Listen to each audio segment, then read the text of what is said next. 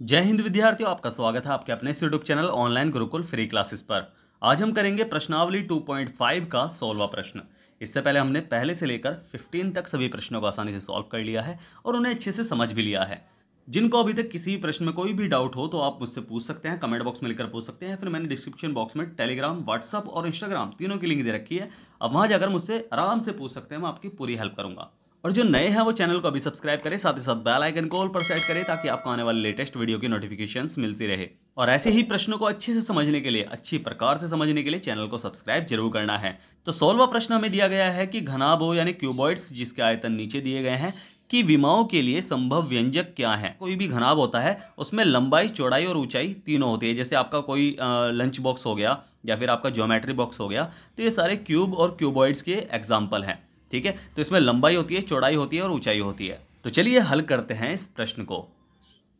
तो देखो, सबसे पहले तो हमें पता होना चाहिए कि घन और घनाभ में क्या अंतर है। घन किसे कहते हैं और घनाभ किसे कहते हैं, यानी क्यूब किसे कहते हैं और क्यूबॉइड किसे कहते हैं। देखो, किसी भी घन या घनाभ में तीन चीज होती है। एक तो उसकी हाइट होती है, जो नीचे से ऊपर जा रही होती है तो वो हाइट होती है। फिर उसकी लेंथ होती है और एक उसकी ब्रेथ होती है, यानी ऊंचाई होती है, लंबाई होती है और चौड़ाई होती है।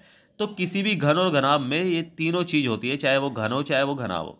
ठीक है, तो हमें क्या करना है, हम कैसे पहचानेंगे कि घन और घनाभ कौन कौन से हैं। तो घन में क्या होता है, सारी साइड इक्वल होती है कि उसकी ऊंचाई अगर 5 है तो उसकी लंबाई भी 5 होगी और उसकी चौड़ाई भी 5 होगी। अगर ये सारी चीज सेम है, यानी उसकी लंबाई, चौड़ाई और ऊंचाई तीनों ही बराबर हैं, तो वो एक घन है। क्या है? घन है। ये आपको याद रखना है। और अगर उसमें जैसे किसी शेप में लंबाई अलग हो, चौड़ाई अलग हो और ऊंचाई अलग हो, यानी तीनों चीज अलग अलग हो या फिर कोई भी दो चीज सेम हो या एक अलग हो, तो वो एक घनाभ है। ठीक है, उसमें सारी साइड इक्वल नहीं होती, उसमें सारी साइड अलग अलग हो सकती है या फिर दो साइड इक्वल और एक साइड अलग हो सकती है। तो वो एक क्या है? घनाभ है। एग्जाम्पल के साथ बताऊंगा। जैसे इसकी लंबाई अगर मैं मान लूँ कि इसकी लंबाई 7 है, चौड़ाई 5 है और ऊंचाई, जैसे सॉरी, ऊंचाई 7 है, लंबाई जो है वो 5 है और चौड़ाई जो है वो 4 है। तो देखो, तीनों चीज जो है वो अलग अलग है, यानी उसकी हाइट, लेंथ और ब्रेथ, यानी ऊंचाई, लंबाई और चौड़ाई, ये तीनों ही अलग अलग हैं। तो यह एक घनाभ है, ये आपको दिमाग में बिठाना है। अब देखो, घनाभ का आयतन, देखो हमें घनाभ दिया गया है ना, तो घनाभ का आयतन निकालने का जो फॉर्मूला होता है ना, वो होता है आयतन बराबर, आयतन में क्या क्या होता है, लंबाई गुणा चौड़ाई और गुणा ऊंचाई होती है। ठीक है, ये आयतन निकालने का फॉर्मूला होता है। तो सेम ऐसे ही हमें आयतन दिया हुआ है, हमें विमाएं निकालनी है। विमाओं का मतलब क्या हो गया कि विमाएं वे संख्याएं जो उसमें आती हैं। जैसे इसमें लंबाई है, चौड़ाई है और ऊंचाई है, तो ऐसी सेम ऐसी घनाभ में भी क्या है, लंबाई, चौड़ाई और ऊंचाई है। तो हमें लंबाई, चौड़ाई, ऊंचाई निकालनी है। विमाएं का मतलब यही होता है उसकी जो बाहर की माप, यानी बाहरी माप है, वो हमें बतानी है। तो बाहरी माप में क्या क्या होती है, एक तो लंबाई होती है, चौड़ाई होती है, ऊंचाई होती है। तो इस इक्वेशन से हमें, यानी इस समीकरण से हमें क्या निकालनी है, लंबाई, चौड़ाई और ऊंचाई निकालनी है। तो हम कैसे निकालेंगे? सबसे पहले तो क्वेश्चन उतार लो। फर्स्ट हमें दिया गया है आयतन दिया गया है। आयतन जो दिया गया है वो दिया गया है 3x² माइनस 12x। अब इसके हमें तीन हिस्से निकालने हैं, तीन हिस्से बनाने हैं। बनाने कैसे हैं वो देखना है हमें कि हम तीन हिस्से कैसे बनाएंगे। जैसे लंबाई अलग हो जाएगी, चौड़ाई अलग हो जाएगी और ऊंचाई अलग हो जाएगी, और तीनों ही गुणा के फॉर्म में होने चाहिए। तो देखो, एक द्विघात समीकरण है, अगर इसे हम सॉल्व करेंगे तो देखो, इसमें हम पहले भी हमने गुणनखंड विधि से क्वेश्चन सॉल्व किया है द्विघात समीकरण का। तो हम क्या करेंगे, इसमें कॉमन ले लेंगे। कॉमन क्या होता है? कॉमन वह संख्या जो दोनों के पास हो, या फिर वह एक अल्फाबेट जो दोनों के पास हो। तो दोनों के पास कौन सा अल्फाबेट है पहले तो वो देखते हैं। ये x है, मेरा x ऐसे ही बनता है। ठीक है, इसे n मत समझ लेना। तो ये x है, तो x इसके पास भी है, इसके पास भी है। तो हम, इसके पास एक x है, इसके पास दो बार x है गुणा में। तो समझ लो कॉमन कौन सा है, तो एक x तो दोनों के पास ही है ना, तो x कॉमन हो गया। ठीक है, और उसके बाद ऐसी संख्या जो दोनों को काट सके तो वो कॉमन होती है, तो दोनों डिजिट को काट सके, दोनों संख्या को काट सके। तो 3 इसे भी काट देगा और इसे भी काट देगा, तो 3 जो है वो कॉमन है। तो हम क्या करेंगे, 3 कॉमन ले लिया। अब ब्रैकेट में जो बचा उसे लिख लो। तो हम क्या करेंगे कि यहाँ 3 है, तो 3 देखो, इसका 3 से 3 काट देंगे तो क्या बचेगा, 1 बचेगा। और x इसके पास 2x है। देखो, x² का मतलब क्या होता है, x गुणा x, और इस x का मतलब क्या होता है कि 1x है। ठीक है, तो x से x कटा, बचा क्या, अंदर अंदर x ही बचा ना, भाग कर रहे हैं भाई, यो समझ लो कि इसका एक x बाहर आ गया, तो अंदर बचा है x। और माइनस 3 से 12 कटेगा, 3 चौक 12, और x से x कट गया, यानी x इसका बाहर आ गया, तो x प्लस x माइनस 4 ही बचा। अब देखो, इसमें हमें क्या करना है। इसमें देखो, हम एक, हमें पता है कि आयतन जो होता है, आयतन क्या होता है, आयतन जो होता है घन या घनाभ का, इसे लिख लो घनाभ का, घनाभ का आयतन बराबर लंबाई गुणा चौड़ाई और गुणा ऊंचाई। तो हम क्या करेंगे इसमें, देखो 3 और x के बीच में क्या साइन है, अगर कुछ साइन नहीं है वहां तो वो माना जाता है गुणा का। तो ये 3 अलग हो गया, x अलग हो गया, और ये पूरी ब्रैकेट में 1 है तो ये पूरी 1 डिजिट गिनी जाएगी। ठीक है, यानी ये पूरा एक पद गिना जाएगा, ये आपको दिमाग में बिठाना है। तो 3 गुणा x माइनस 4, यानी लंबाई क्या है 3 है, गुणा चौड़ाई क्या है x है, और जो ऊंचाई है वो पूरी ये है। तो बस इस तरह हमने इस क्वेश्चन को सॉल्व कर लिया है। अतः लंबाई बराबर 3, चौड़ाई बराबर क्या है x है चौड़ाई x, और ऊंचाई बराबर x माइनस 4। ठीक है, हमने इसी फॉर्म में लिखना था अलग अलग करके, क्योंकि देखिए सॉल्व नहीं हो सकता और बिल्कुल भी कि ये कोई एक सीधा मान निकल जाएगा, तो ये सॉल्व नहीं हो सकता। इसका अगर और सॉल्यूशन होता तो हम वो निकाल लेते, जैसे अगले क्वेश्चन में निकालेंगे। ठीक है, तो 3 मल्टीप्लाई एक्स है और मल्टीप्लाई एक्स माइनस 4 है, तो लंबाई हमारी 3 है, चौड़ाई हमारी x है, और जो ऊंचाई है वो हमारी x माइनस 4 है।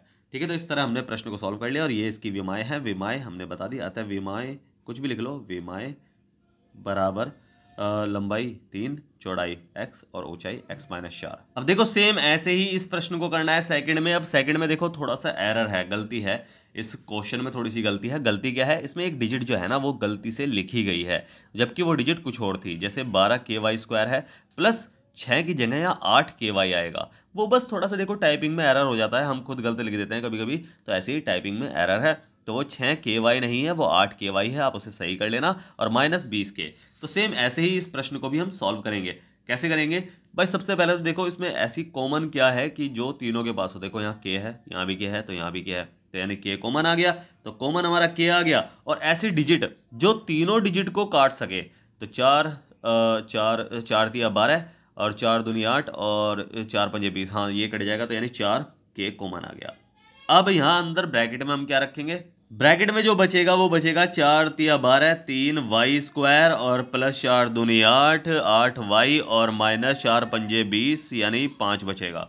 अब देखो ये तो कॉमन आ गया, और ये एक द्विघात समीकरण है जो हम पहले भी सॉल्व कर चुके हैं। ठीक है, द्विघात समीकरण है, पावर 2 है, तो जिसकी पावर 2 होती है, जिस समीकरण की सबसे बड़ी पावर 2 होती है, वो द्विघात समीकरण होता है।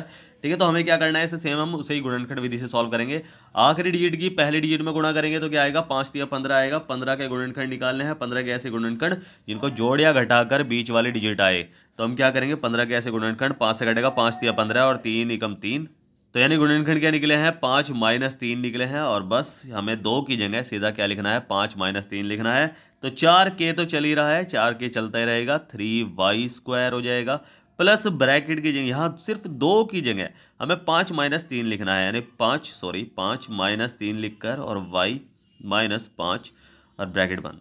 ठीक है, अब हमें क्या करना है, हमें यहाँ करना है 4K। इस सॉल्यूशन पूरा कर लेंगे, इसका 2 अलग अलग ब्रैकेट बना लेंगे। कैसे बनाएंगे वो देखता हूँ। पहले तो y के अंदर मल्टीप्लाई करेंगे, 3y² plus bracket 5y minus 3y और माइनस 5। सेम ऐसी करोगे गुणनखंड विधि को तो बिल्कुल आपका कोई सा क्वेश्चन नहीं कटेगा, और दूसरी चीज़ आपका क्वेश्चन गलत भी नहीं होगा। ठीक है, सेम यही प्रोसेस अपनाना है, चाहे थोड़ा लंबा हो जाए तो उससे कोई फर्क नहीं पड़ता। पहले y की मल्टीप्लाई करो, फिर प्लस के साइन के अंदर मल्टीप्लाई करो, तो 4K bracket 3y² plus 5y। ठीक है, प्लस प्लस प्लस रहेगा और प्लस माइनस माइनस हो जाएगा, 3y और माइनस 5। अब कॉमन ले लेंगे, पहले तो 2 के जोड़े बनाओ, फिर कॉमन ले लो। अब इसमें भी यानी 4K तो इधर चल ही रहा है, और यहाँ कॉमन लेना है, यानी y दोनों के पास है। ऐसी कोई डिजिट जो दोनों काट सके नहीं है, ऐसी कोई डिजिट, यानी 3 से 5 नहीं कट सकता और 5 से 3 नहीं कट सकता, क्योंकि 3 3 से ही कटेगा और 5 5 से ही कटेगा। तो इसलिए हम कॉमन यहाँ डिजिट तो नहीं लेंगे, बट यहाँ एक अल्फ़ाबेट कॉमन ले लेंगे। कैसे, यहाँ y दोनों के पास है, तो y कॉमन हो गया। ब्रैकेट में बचा क्या है, 3y बचा है, क्योंकि इसका एक y बाहर आ गया, और प्लस इसका y तो बाहर ही है, तो बचा क्या है, 5 बचा है। अब जो इधर बचता है वही दूसरे वाले ब्रैकेट में बचेगा, बट यहाँ माइनस का साइन लग रहा है, तो ऐसा लग रहा है कि जैसे यहाँ ब्रैकेट में माइनस बचेगा, तो इसलिए हम पहले से सोच के चलते हैं कि यहाँ माइनस आ सकता है, तो हम क्या करेंगे, माइनस का साइन कॉमन ले लेंगे। तो यहाँ माइनस का एक कॉमन ले लेंगे, क्योंकि देखो दोनों के पास ऐसी डिजिट जो दोनों काट सके नहीं है, और ऐसी देखो चरबी यानी एक कोई y भी दोनों के पास नहीं है, तो y भी कॉमन नहीं आएगा। जब कुछ कॉमन नहीं आता तो वहाँ एक कॉमन आता है, और माइनस इसलिए है क्योंकि हम माइनस जब कॉमन लेते हैं तो अंदर ब्रैकेट के अंदर वाला साइन जो है वो अगर जो आएगा उसका ठीक उल्टा हो जाता है। ठीक है, कैसे कि यहाँ 3y तो बचा है बट यहाँ माइनस आना चाहिए, बट यहाँ आ जाएगा प्लस का, क्योंकि हमने माइनस का कॉमन लिया। तो एकदम जब हम माइनस का कॉमन लेते हैं ना तो अंदर वाला बदल दे करो तुरंत। ठीक है, +5 बचेगा। ठीक है, अब सेम हमें वही करना है, दोनों ब्रैकेटों को बना लो। 4k तो अलग है ही, और साथ में यहाँ हो जाएगा क्या, y और -1। ठीक है, क्योंकि एक ब्रैकेट हमने बाहर जो बाहर बाहर है उनका बना लिया, और जो ब्रैकेट के अंदर है उसका दूसरा ब्रैकेट बना लो, ये बाहर वाला ब्रैकेट हटा दो। ठीक है, 3y + 5। ठीक है, अब बाहर बाहर वाले का एक ब्रैकेट बना दिया और अंदर अंदर वाले का एक ब्रैकेट बना लिया। अब देखो हमारे पास क्या है, हमारे पास है 4k, और दूसरा है y -1, और तीसरा है 3y + 5। तो देखो 3 चीज़ बन गई, 4k, और ये पूरा पद है क्योंकि ब्रैकेट में, और ये पूरा पद है क्योंकि ब्रैकेट में। तो लंबाई, चौड़ाई और ऊंचाई, घनाभ में क्या होता है, लंबाई, चौड़ाई और ऊंचाई। तो इसलिए लिख लेंगे, अतः घनाभ की, वैसे फॉर्मूला भी लिख सकते हैं आप, घनाभ की लंबाई बराबर, सॉरी, घनाभ के का आयतन लिख लो, इसे पूरा कर लो। चलो, लंबाई गुणा चौड़ाई और गुणा ऊंचाई, तरीका पूरा ही अपनाओ, कुछ मत छोड़ो। ठीक है, तो यो अतः लंबाई बराबर 4k, चौड़ाई बराबर y -1, और ऊंचाई बराबर 3y + 5। बस, और यही हमारा आंसर है, यही घनाभ की विमाएँ है। ठीक है, समझ में आया? कोई भी डाउट हो तो आप मुझसे पूछ सकते हैं। मैंने डिस्क्रिप्शन बॉक्स में टेलीग्राम, इंस्टाग्राम, व्हाट्सअप तीनों की लिंक दे रखी है, आप कहीं भी जाकर मुझसे कुछ भी पूछ सकते हैं, मैं 100% हेल्प करूंगा। इसके अलावा किसी भी प्रश्न में कोई भी डाउट हो तो आप मुझे बिल्कुल व्हाट्सअप में या टेलीग्राम पे या इंस्टाग्राम पे, या फिर आप कमेंट बॉक्स में भी मेरे से वो क्वेश्चन पूछ सकते हैं। मैं 100% आपकी हेल्प जरूर करूंगा। ऐसे ही प्रश्नों को अच्छे से अच्छी प्रकार से सॉल्व करना और उन्हें सीखने के लिए चैनल को अभी सब्सक्राइब जरूर करना है, साथ ही साथ बेल आइकन को ऑल पर सेट करना है, ताकि आपको आने वाले लेटेस्ट वीडियो की नोटिफिकेशन मिल सके। तो मिलते हैं फिर अगली वीडियो में, तब तक के लिए bye bye, tata, see you. Channel को सब्सक्राइब जरूर करें, टाटा।